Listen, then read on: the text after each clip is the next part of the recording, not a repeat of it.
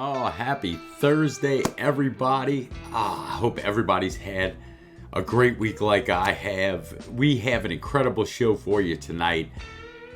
I tell you what, incredible author with a much talked about historical fiction trilogy. His Brittle Saga, the Brittle Sea, the Brittle Land, and the Brittle Sky. It's just going to be a great show. You're going to want to stick around. So please, look, follow us. Hit that notification bell so you never miss one of our great shows each week. And by all means, look, please like and share the stream so more people can get to know these incredible indie authors, entertainers, and artists. Little quick bit of housekeeping. I tell you what, check our links in the description. Please consider supporting the show. Buy me a coffee link. Cheap cup of coffee is all it takes to support the show and getting these indie creators out in front of people. And also our merch link. Look, hey, great swag, great way to support the show. Get you some good cocktails with Cav merchandise.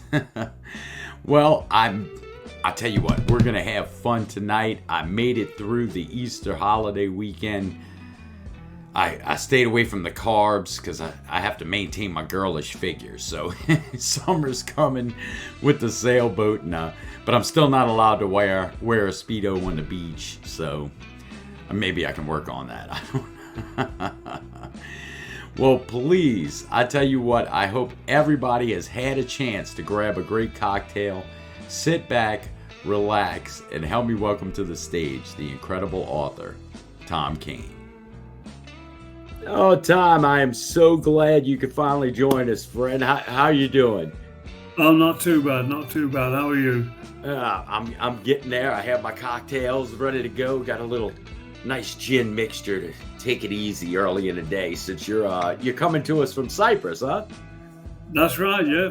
I'm on soda water at the moment because of my voice. That works. I love a cocktail, though, I must admit. Well, Cyprus sounds like an amazing place. I mean, you're in the heart of the Mediterranean there. It's got to be beautiful country, huh? Oh, it certainly is, certainly is. I mean, obviously during the winter time, it's like anywhere else. It's nice and dull. But in the summer, it is fantastic. And today's been a really sunny day, so I spent most of my time in the garden enjoying myself and trying to get a suntan. That's right. Well, you got a great hairstyle, so I can't fault you at all. I lost this at 18, so I'm quite used to it. Yeah, I know. I wouldn't know what to do with hair myself right about now. So. Well, man, Tom, I tell you, interacted with you on actually just a fun guy and you know, has some really great work that we're going to get into a little bit later on the show. Right. But would love to get the viewers to know the authors. You know, I tell you, I'm a strong believer in knowing the author, and you might get to know some of the impetus for the work and enjoy it a lot better. You need to. I think readers like to understand. I enjoy reading about them and understanding where they come from. Yeah, that's it. Well, tell us a little, man. Let the viewers get to know you, Tom. How'd you get to Cyprus? Where you from? You know, what happened, man? What happened? I'd love to know myself. But it sort of grew on me. At the age of 8, I decided I wanted to be a writer. 8 years old. Would you believe that? Wow. Yeah. And I wrote my first science fiction story at the age of 8. Planet A for Acid, absolute classic. So I spent most of my life wanting to be a writer, but never really had the chance to be a writer. It wasn't until I was about 20 years old, I bought a small typewriter, started writing properly, what I call properly, and tried to get myself published. Nothing happened, absolute nothing. And I couldn't really do much about it until I got to the age of about 50. And that's when the Kindle came out. That changed my life completely. I could actually write with a computer, I could write. And then it started to change and became a published author 11 years ago. So by the time I'd got to this point, I've looked at the future and thought, oops, time's running out. But that's basically the story. Excuse me. A for Acid. Did you write that in the 70s, or is that? No, I was 8 years old, and that was 1963. That makes sense. Yeah, that makes sense. Well, it's when the hovercraft came out. Christopher Cockerell invented the hovercraft. He brought it out in that year, and it gave me the idea. I thought, well, at some point, there'll be people out there finding new planets. Maybe there's a planet out there that's got acid lakes, acid seas. The thing to do is get a hovercraft and hover over this and explore. And that's what it was all about. There were acid monsters and all sorts in there. And that's really what inspired me. I love to look at science. Science fiction is my genre.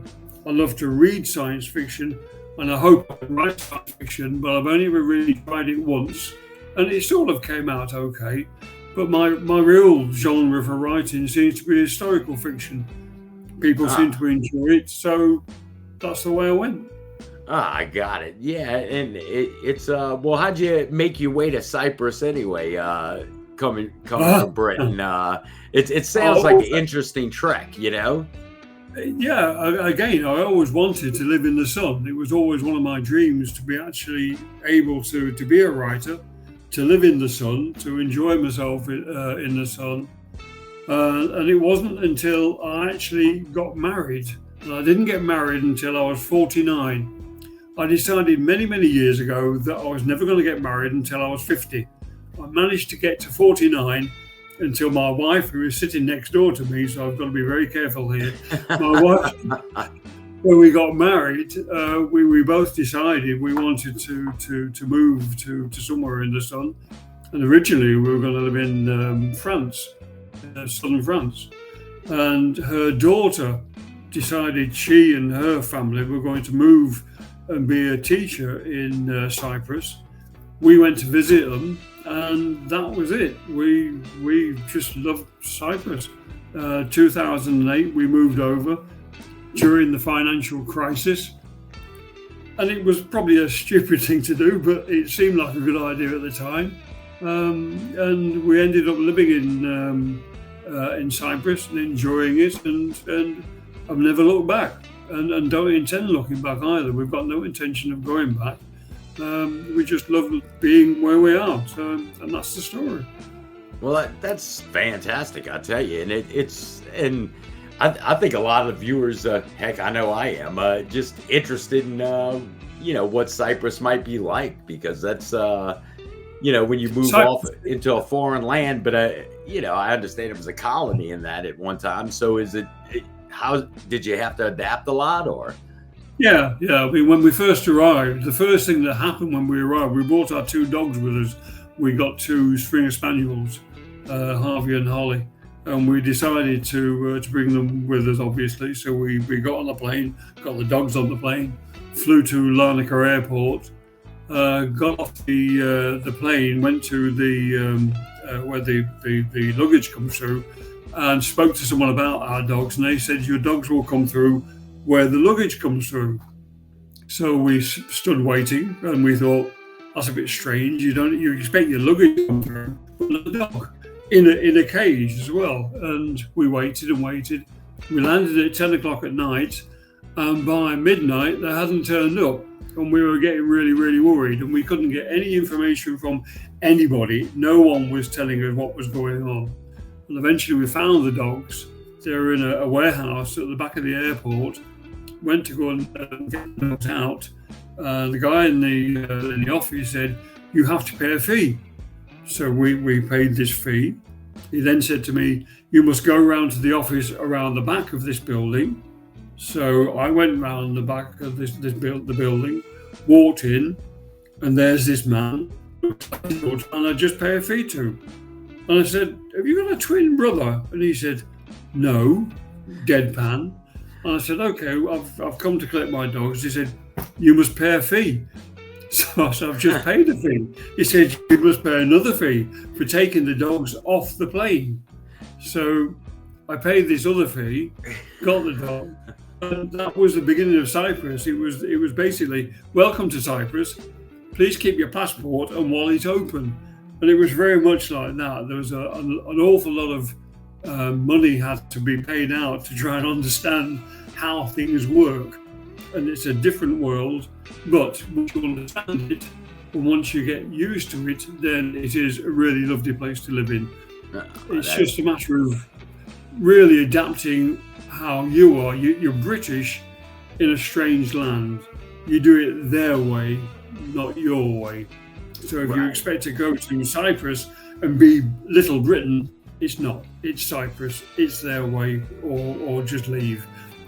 That's it. Their way or the highway. Yeah, their way or leave. Yeah, their way or the highway. Oh, that's something. Well, that's good. So now you just enjoying yourself in the sun. I tell you, haven't read some of your bio. It's like, yeah, you got on this author thing and conquering some bucket list items, and oh, yes. Living in the sun. You got yourself where you needed to be. So, is that when you started writing in earnest?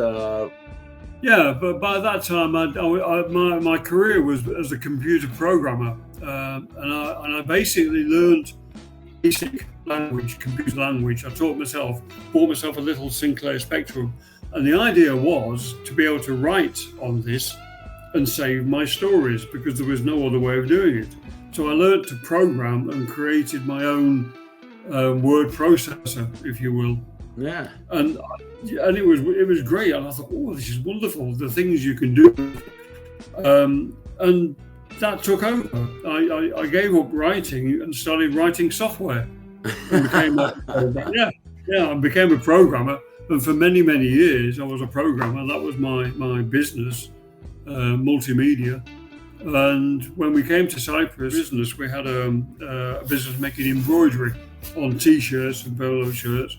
Brought that with us. We created our own business, and I wanted something to do other than that. So I went back to writing, bought myself a computer. We already had computers, and started writing again. I published my first novel, Operation Werewolf, and since then I've got another 4 novels and lots of non-fiction, and never looked back. I'm not making any money out of it, but at least I'm doing what I want to do. Yeah, getting your work out in front of people. And I tell you, that's one of the reasons I was so glad to have you on. There's a lot of talk. The writing community on X is really just a great place to network, learn things. But there's quite a little buzz about some of your work that we'll talk about when we come back. But if we could take a little break, Tom, let's refill our cocktails and your water, and we'll come right back and get into some of this great work. I'd love to talk about your Brittle Saga, and we'll have a go at it. Okay. I'd like to just take a brief moment in the middle of the show to try to get all you guys, go visit my link tree. It's right there at the top of my X profile, as well as the web address right above me. Go check it out. It's a great way to never miss a show. You'll have the latest Cocktails with Cav show, episodes on our Spotify audio-only podcast, as well as ways to support the show and other great offerings from the Cocktails with Cav franchise. So please head on over to my link tree and go ahead and subscribe and never miss a great Cocktails with Cav show. Oh, Tom, man, I'm refilled. I'm ready to go, man. How you making out over there? Yeah, I'm ready to go as well. Oh, awesome. Yeah, no. Well, like I was saying just before the quick break for a little refill on my end, a lot of your work, I was just really fascinated. You have an awesome trilogy, the Brittle Saga, and I was hoping you could tell us a lot of, about it. Because it's like I said, you get a little buzz going in the writing community a little, and from some bloggers and reviewers I've talked to. Yeah, I mean, it's got some good reviews, and I was pleasantly surprised at a lot of them. I mean, obviously, there's a lot of negativity as well, but most of the people that read it, and it really came about from reading a book about the survivors and how they were rescued mainly by the Carpathia. And one of the things that suddenly struck me would be, what would it have been like to have been a survivor, to have somehow managed to find yourself on a raft or a boat, or even on a bit of iceberg, and watch the Carpathia sail away, and you're looking at, that's it, they're going. No one's going to come back and save me. What happens now? You freeze to death. And it just made me think that maybe there were survivors out there that were never picked up, and they just watched this boat sail away, and that was their lives gone. And I thought to myself, I could actually make a story from that. And that's how the Brittle Sea came about. And the pandemic came along that I managed to finish it. Because of that, it was originally going to be one book, but it sort of carried on during the pandemic. And I got faster and faster at writing it, and it took over. I like that. Yeah, it did. It took over. It actually decided what it wanted to do and became a trilogy. And I had literally no input whatsoever, apart from the fact that it was me that was writing it. The characters took over, basically. Well, you know what? That when you can bring characters to life and they can begin driving a story, I imagine that you're doing a good job of it. I try my best, but normally it's them that, like you said, they drive the story. I get little input, and all I'm doing is two fingers and tapping away. That's fascinating. Yeah, and so the Brittle Sea, like you said, as it explores that concept of the survivors. Titanic, for lack of a better term, basically, right? And so it became this awesome trilogy. You went into the Brittle Land next. What do we have going on there? Well, the Brittle Land, basically, obviously, it's a continuation. The Brittle Sea ends with I'm not giving anything away, but the Brittle Sea ends with a finale that makes you want to hopefully go on to the next story, designed to be a cliffhanger to make you want to go on to the Brittle Land. And the Brittle Land just continues the story of Magda, who in the Brittle Sea came across to America to marry an unscrupulous American. Excuse me. This guy is a real nasty piece of work. We don't have unscrupulous people in America, not at all. No, I know that. Yeah. I had to make someone a baddie, and it just turned out that it was an American. And at the end of the day, her story is really the way that she two characters. She loses her memory when she survives the Titanic sinking, and then she becomes Magda because the captain of the ship that rescues her, Captain Blackmore, calls her Maggie, gives her the name Maggie. It becomes a family affair with lots of baddies coming along and trying to disrupt the family. And Brittle Land takes us on from there with that family. Richard Blackmore, but he's the fall guy in all of this. He's unhappy in love, let's put it that way. So the Brittle Land is their love story extended, but it's where there lots of different things in history come along, i.e. Their own pandemic in 1918, 1920, I think it was, the First World War, which then leads us on to, obviously, the Brittle Sky. And that actually is my favourite. That's my favourite book of all three. And that's the one that seems to be liked by a lot of people because it seems to be getting better ratings than the rest of them. But at the end of the day, all three of them, I think, make a really good story. Everyone that I know that's read the three enjoy it. My wife enjoyed it, so that means it must be good. That's right.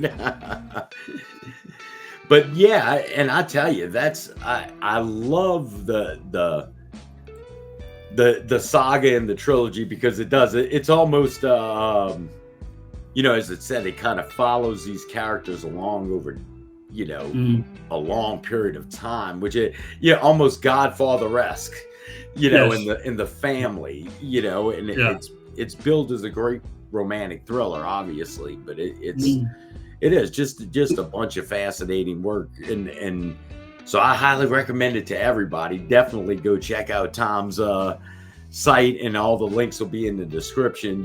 Please do go check those out, and I know you have other books listed on your website there, Tom. Anything we missed that we want to tell everybody about?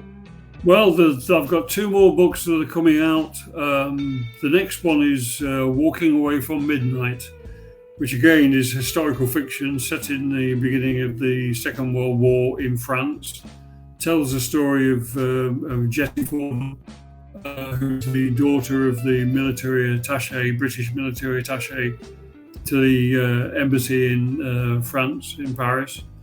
And she becomes embroiled in espionage to do with the German Enigma machine, code machine.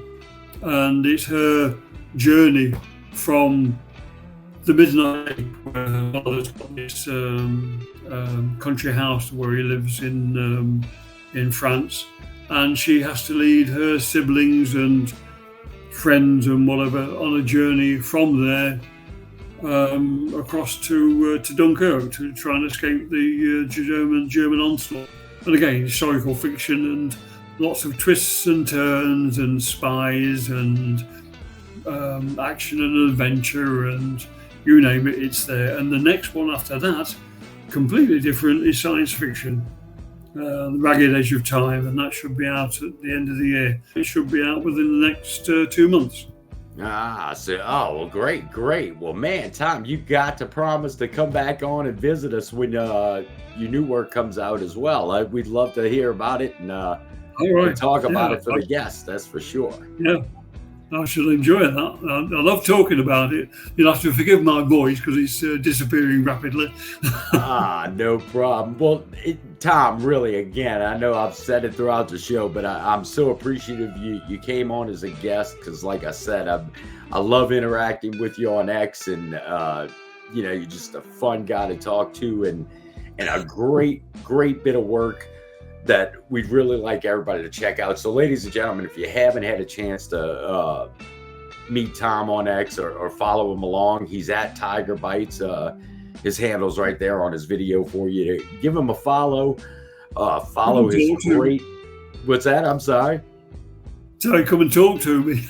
Oh, that's it. Yeah. Interactions, everything. And please, by all means, ladies and gentlemen, Tom's link will be right there in the description of the show.